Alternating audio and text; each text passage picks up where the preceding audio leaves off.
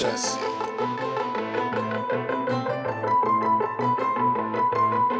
a good level. My levels at. My levels at. Hashtag. Hashtag. Mic check. Mic check. Hashtag. Hashtag. Hashtag. Hashtag.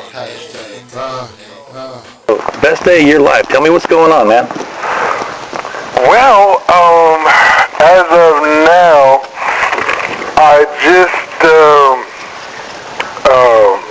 partnered up with the Click Incorporated, and basically what that is, it was founded by a young guy named MBZ. And he's the president of Click Incorporated, and he wanted to make me his CEO. That's a pretty good job offer. Yeah, so basically, I formed my own group called the Black Clan, and it has two of the featuring artists, 2-3 and Pimpin'. I'm 2-3, and my partner's Pimpin'. He's that's the name of the group, but I'm Daywalker. He's the Gifted. And so we started out. We just, got together, and we formed the Black Clan. And long story short, there were some people who initially started out in the Black Clan, but they ventured off otherwise, didn't have the patience, and now the Black Clan is finally at the point where it's getting the attention it deserves. So right now, there's only 2 members of it. Well, congratulations. That's a pretty good job offer. I'm always interested in how you guys come up with your names, your music performers, how a band name comes up, how a rapper chooses a name. Now, when I search for Daywalker, all it gets vampire references and Blade the Immortal. What inspired your choice for that performance name? Well, I'm actually a ninja. All right. Can you expound on that? Jinem Bushiken Samu Sect. I'm a part of Samu Sect. That's our sect. And we study Bushiken Ninjutsu. And I'm a Jinin, so I'm a green belt. Well, I'm not going to go up against you because I'm a black belt, but it came from Walmart. It's a size 48. So. Okay. Well, that's pretty awesome. So ninja, your ninja training is what inspired your Daywalker selection for your name? Correct. All right. I also see that you attended SIU Carbondale and Morehouse College. You're a Morehouse man. I'm also a Green Wave. I have a Master's of Science in Public Health and Tropical Medicine. Okay. Well, I was going to ask what your areas of study were, so that filled that in right there. Okay. In chemistry, I have a BS in chemistry from Morehouse College. So how come you're doing music now? It's my passion. I'm good at it. The best way I can explain it, like my brother, I was introduced to rap music all my life. 12 years old, my brother inked his first deal with his own record label, NSO Records, and basically he signed a $3 million deal. The first thing they did with the money, they bought a studio called the Hiroshima, and to this day, it was the best studio between Port Arthur, Texas, and Houston, Texas. That's where they're from. So basically, he died of sickle cell anemia, and one of his partners ran off, and the other one went to jail. So basically, in Port Arthur, Texas, they actually called me Just Be Corleone because I have one brother that died and the other was a clone. Yeah, they call him Fredo. He turned on the family, showed his ass in Texas, then bossed up in to show me. Oh. Did you catch that? Well, so you formed the Black Clan after that, obviously. I formed the Black Clan. This is actually formed about 5 months ago. And where did you first perform with that? The first performance we ever had was at the Blank Space Street in the South Side. All right. And you're working on, have you cut videos, cut discs? We have Got music out there? no, we have two of our debut songs out there right now. One of them is called Hashtag, and that's actually on the Electric Stove right now of the Almond in the Morning Show, hosted by Jamie Almond, and an interview that we did for it. So you can look all that, the Hashtag song up on the Electric Stove with Jamie Almond. And we just finished our latest song called UFO. Got it. And it is bananas. I could send you that. You did? Yeah, I got it. Oh, you got it? You got it, right? Yeah. Did you listen to it? I did listen to it. What did you think? I like both of them. Okay. And I'm a white guy, so, you know. Well, basically, because I live down the street from Ferguson, Missouri, so, you know, both songs were particularly influenced by the recent events of the Mike Brown shooting. Yeah, and I want to get to that because let's start with Hashtag first of all, because social media activism, that's all about the hashtag. Right. And obviously it's very prominent in that song. And it occurs again in UFO. Right. What are your feelings about online social activism versus actually being on the ground and physically doing activism? Because you're involved in both. Yeah.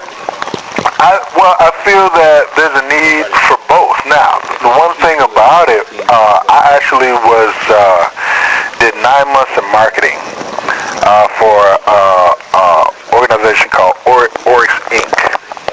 And basically what I did was they taught me how to sell direct TV. But with that, it was almost as if I got a master's in an MBA, but I got paid for it. Yeah. So the one thing that they told me that I'll never forget was the best form of advertising, business, or what have you, is face-to-face. So you can get a lot more accomplished with a face-to-face conversation, a handshake, than you can with an email or a phone call. Now, social media has its place along with talk radio because I can actually get the word out for everything that we're doing to thousands with one phone call. And everybody, like, you know, shout out to Jamie Almond in the Morning, and Susan Moore, host of the Q with a View online podcast, because she made me her official North County correspondent. North Side, let's ride with the Daywalker. PA, Pimp C, J Will, Bun B, Big Pimpin', Syrup Sippin', Tell her everyone Jay-Z, all y'all, where you at? Ferguson, Missouri, Hot Zone, I break, we Now, what is going on in North County right now? Because you've been active in the protests since they began. What's your part in that? What are you doing? Well, the most recent thing was I was actually out there in the initial protest where Cornell West got arrested, and they marched on the police station, the Ferguson police station.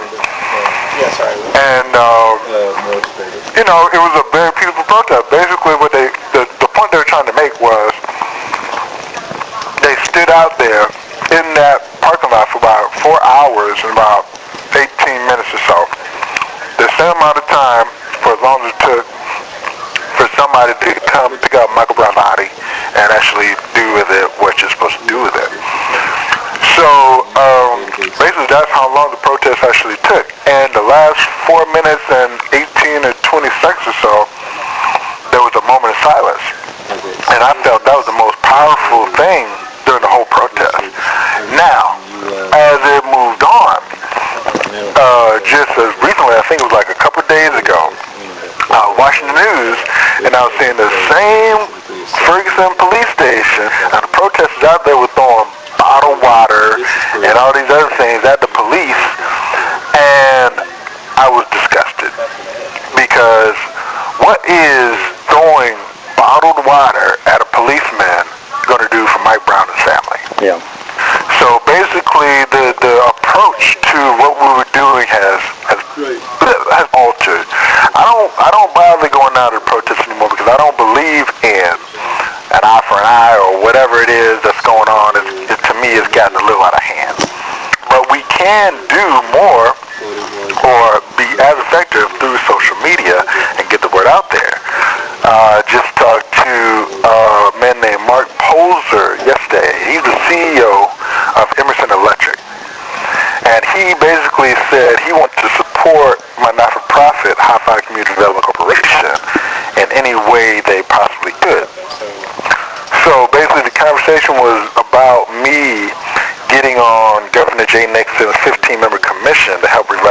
Ferguson, Missouri.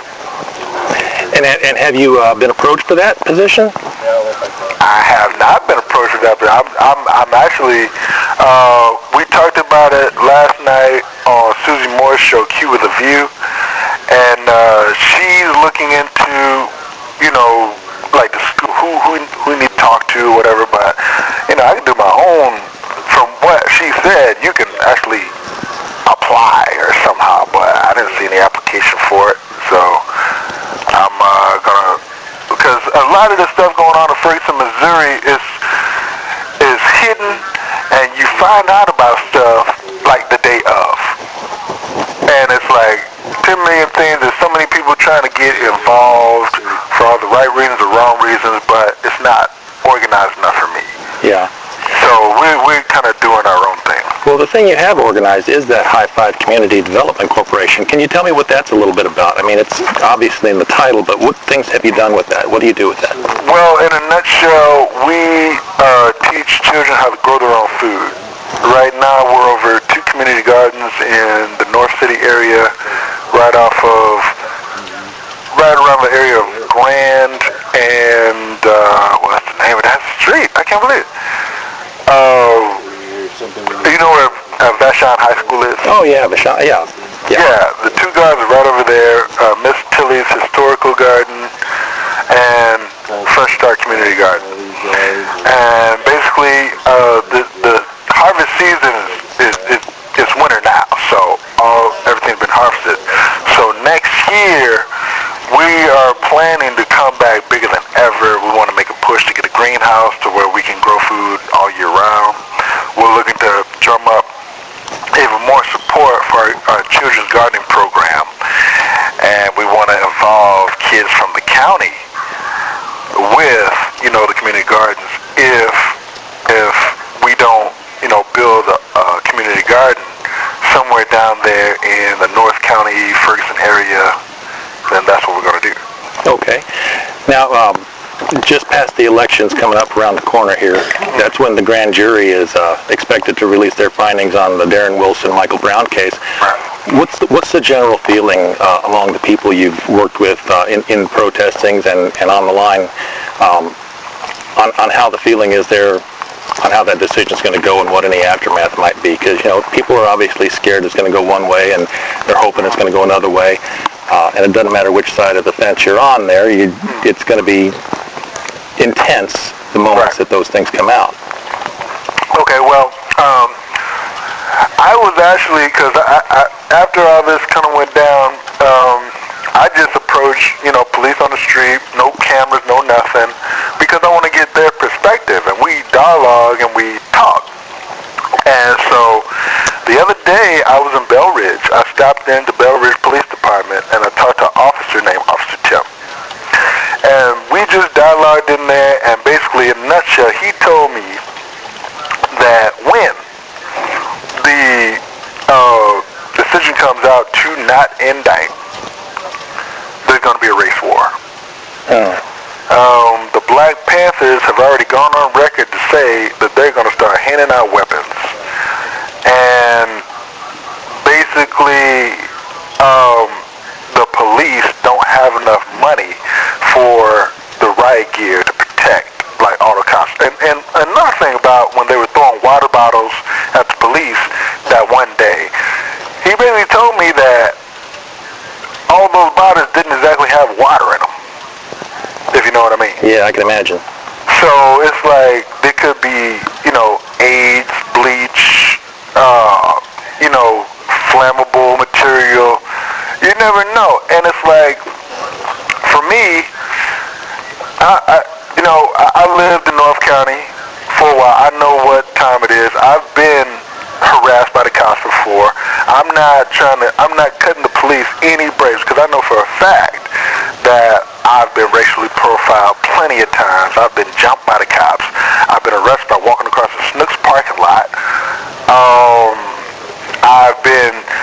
I was pulled over walking one time. Hey, let me see your license. Like, for what? I'm walking. I'm walking home. I'm about 300 yards away from where I live. You're arrested for being a BMW. Yeah. Hey, You know, and the thing is, now that the whole Michael Brown thing broke, it's international news, but that stuff's been going on for generations. It's just not making news because people decided that, no, we're going to look at this. We're going to inspect this. We want to see what type of justice is being handled in Ferguson, Missouri. Now, he also asked what else is going on in Ferguson, Missouri. Well, right now, there's a CNN truck crew that I just found out about, and they've been camping out to get all of the skinny of the blood in the street, and they want to get it all on film because they're predicting a race war, and they want to be first in line. Sure. Well, I'm going to walk down there because I got something to say. I want to interview. Let me talk to the camera because I'm sick of all the vulture people coming down to just take a picture. Now, media, if it wasn't for the media, the story wouldn't have gotten so much attention as it has. But there's a way you go about it. And through some of the media I've seen down there, don't even nowhere near live in that area. So they don't know what's going on. They're just filming it, and they just run off to wherever they come back from. Well, I actually live in this neighborhood, and when everybody's all said and done, when the race war is over, and the reporters go back to where they are, and the new politicians get elected, I'm still going to be here. So I gotta figure out a way to fix up this community, like it or not. Yeah, because no matter how this goes, loud or quiet at the end there, because of the media exposure nationally, the image of Ferguson in everyone's mind is going to be for a long time a burned out QT station. Right. And what can be done to recover that and present a more positive image of Ferguson? That's why I've been working so hard with connecting with Emerson Electric. I recently got connected with a woman named Valerie Patton, and she's the executive director of the St. Louis Business Diversity Institute initiative. And so we're going to come together, and we're going to put together an action plan for